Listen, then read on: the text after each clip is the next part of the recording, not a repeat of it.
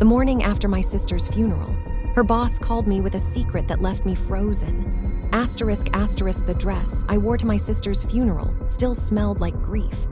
I hadn't changed out of it. I just sat on the edge of my bed in the gray morning light, staring at the wall, holding the folded American flag they had placed in my hands at the cemetery. The kind of flag you only receive when someone dies in uniform. The kind of flag that means your sister gave everything she had, and now she's gone. Her name was Captain Rachel Brown, United States Navy, decorated officer, my big sister, and she was dead. I, Laura Brown, was 31 years old, sitting alone in a hotel room in Norfolk, Virginia, 300 miles from home, with nowhere to go and no idea what came next. My parents were in the room down the hall, my father barely speaking, my mother crying in waves, quiet for an hour, then breaking again like a tide she couldn't control. None of us had slept. Rachel had died 6 days ago. The official report said it was a training accident aboard the USS Harrington. A structural failure. A tragedy. The kind of thing that happens sometimes, they told us, in the line of duty. But Rachel's eyes had always told me everything she couldn't say out loud. And 3 weeks before she died, when she called me late on a Tuesday night, her voice had been tight in a way I had never heard before. Asterisk, Laura, if anything ever happens to me, don't let them close the file too fast. Asterisk, I had told her she was being paranoid. I had laughed a little and told her to get some sleep. I hadn't laughed since my phone buzzed at 7:43 in the morning, less than 12 hours after we had buried her. The number was unfamiliar. A Virginia area code. I almost let it go to voicemail, but Rachel's voice echoed in my head and I picked up. Asterisk, is this Laura Brown, sister of Captain Rachel Brown? Asterisk, the voice was male, calm, controlled in a way that sounded practiced, not natural. Asterisk, yes, I said. Who is this? Asterisk, my name is Commander Daniel Holt. I was your sister's commanding officer aboard the Harrington. A pause. I know this is an extraordinarily difficult time, and I apologize for calling so soon. But I need you to come to my office this morning. There's something you need to see. Chest tightened. What kind of something? Asterisk, another pause, longer this time. Heavy with something I couldn't name. Asterisk, Laura, he said quietly. Do not tell your family what I'm about to show you. Not yet, please come alone. Asterisk, the line went silent. I sat there for a long moment, the flag still in my lap, my sister's voice still in my ear. Asterisk, don't let them close the file too fast. Asterisk, I got dressed. Commander Holt's office was on the base. A gray building that looked like every other gray building in a compound full of gray buildings, guarded by 2 young sailors who checked my ID twice before letting me through. The morning was cold and overcast, the kind of sky that couldn't decide between rain and nothing.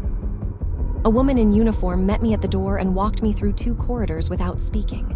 My heels clicked on the hard floor. My heart was doing something irregular in my chest.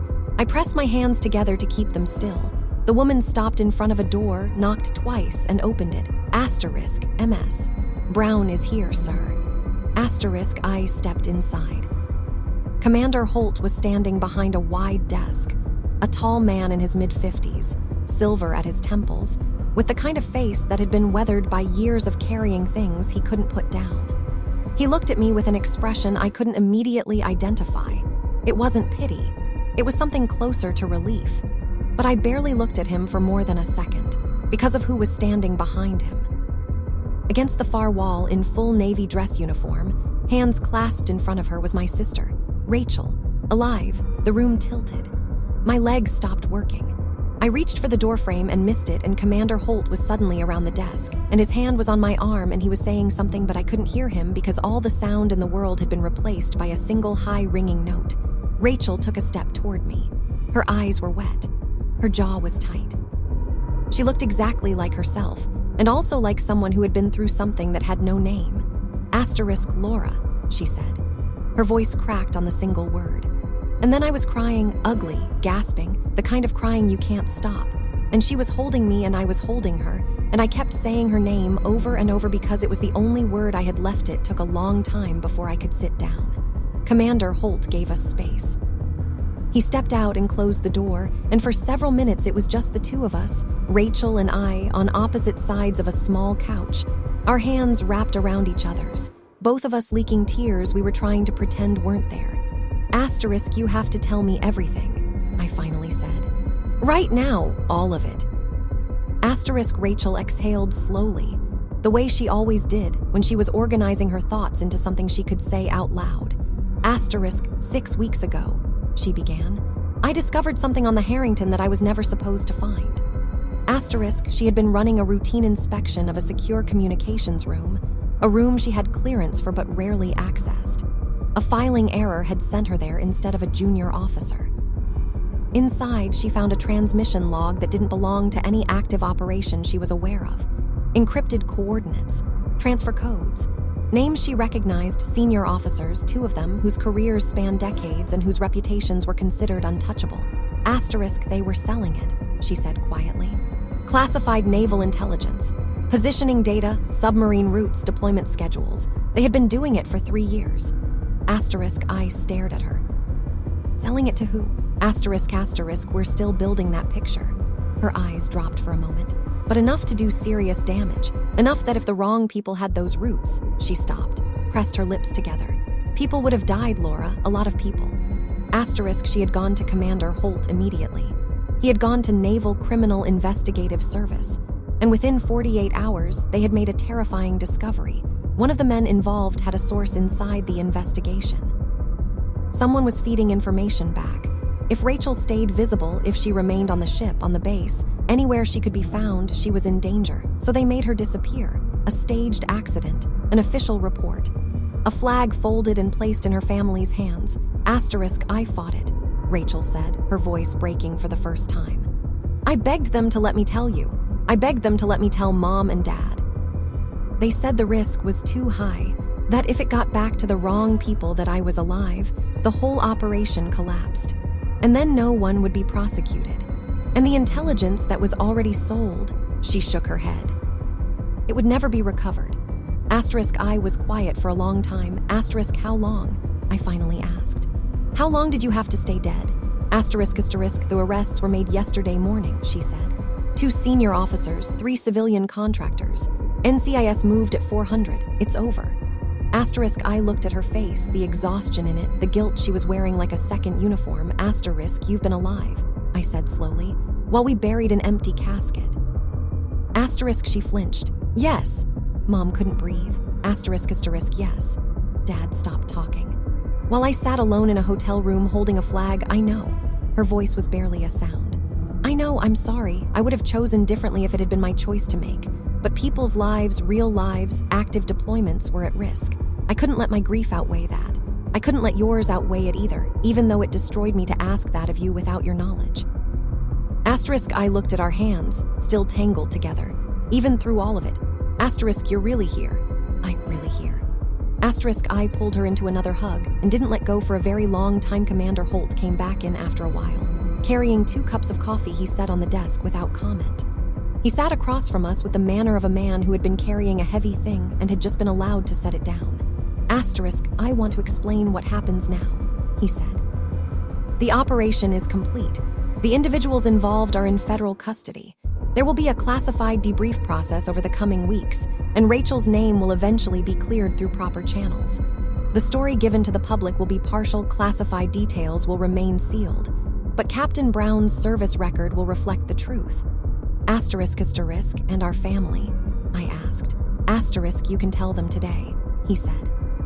We ask only that you do so privately, and that you refrain from any public communication until the legal proceedings have progressed. Your family has suffered enormously because of a decision made to protect an operation and protect Rachel's life. That suffering is real, and it is acknowledged. There is no procedure that makes it right. He paused. But your sister is one of the most courageous officers I have served alongside in 30 years.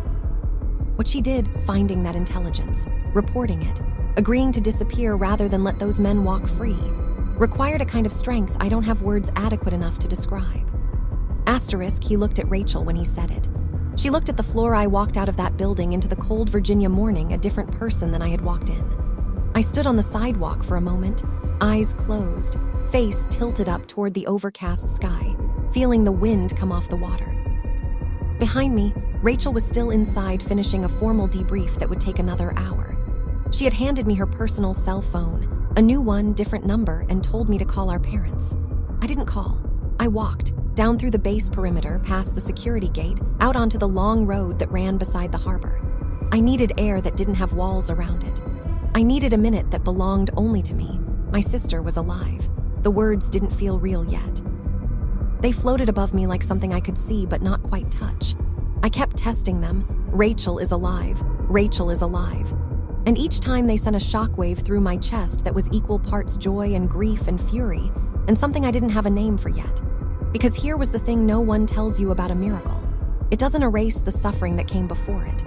My mother had wept for 6 days. My father had gone silent in a way that frightened me. I had sat in that hotel room holding a flag and believing with every cell in my body that my sister was gone, that pain was real. It had happened. A miracle couldn't unhappen it, but she was alive. And that mattered more. I called my mother first. She answered on the second ring, her voice hoarse and small, the voice of someone who had cried themselves hollow and was now just going through the motions of existing. * Laura. Are you okay? **, Mom, I said. I need you to listen to me very carefully, and I need you to sit down.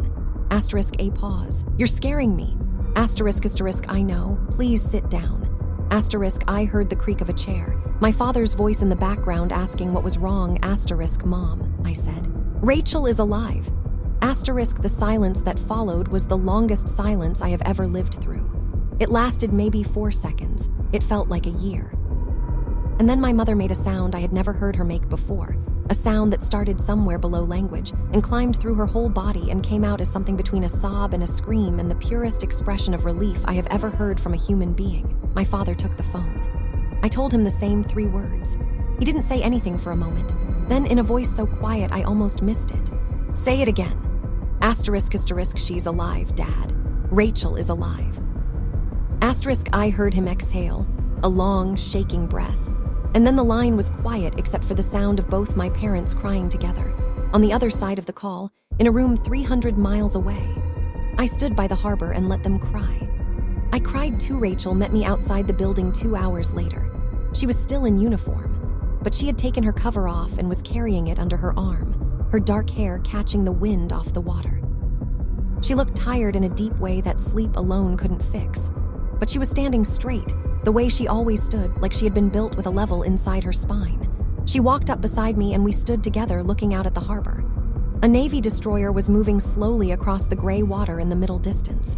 Neither of us spoke for a while. *, how did they take it? She finally asked. *, Mom screamed. I said. Dad asked me to say it again. *, Rachel closed her eyes briefly. I'll call them tonight. I'll go see them this weekend. Better. *, a pause. The wind moved between us. * Laura, she said. I know what I asked of you. What was asked of you without your consent was unforgivable. I know the difference between a necessary decision and a painless one. This was necessary. It was not painless. And I will spend the rest of my life making it up to you and to Mom and Dad. * I looked at her profile, the strong line of her jaw, the steadiness in her eyes even now. * You don't have to make anything up, I said. Just don't die, that's all I ask. Just don't actually die. * She let out a short breath that was almost a laugh. I'll do my best. **, that's not good enough. It's the only guarantee the Navy lets me make. * I shook my head. Ridiculous institution. * completely, she agreed.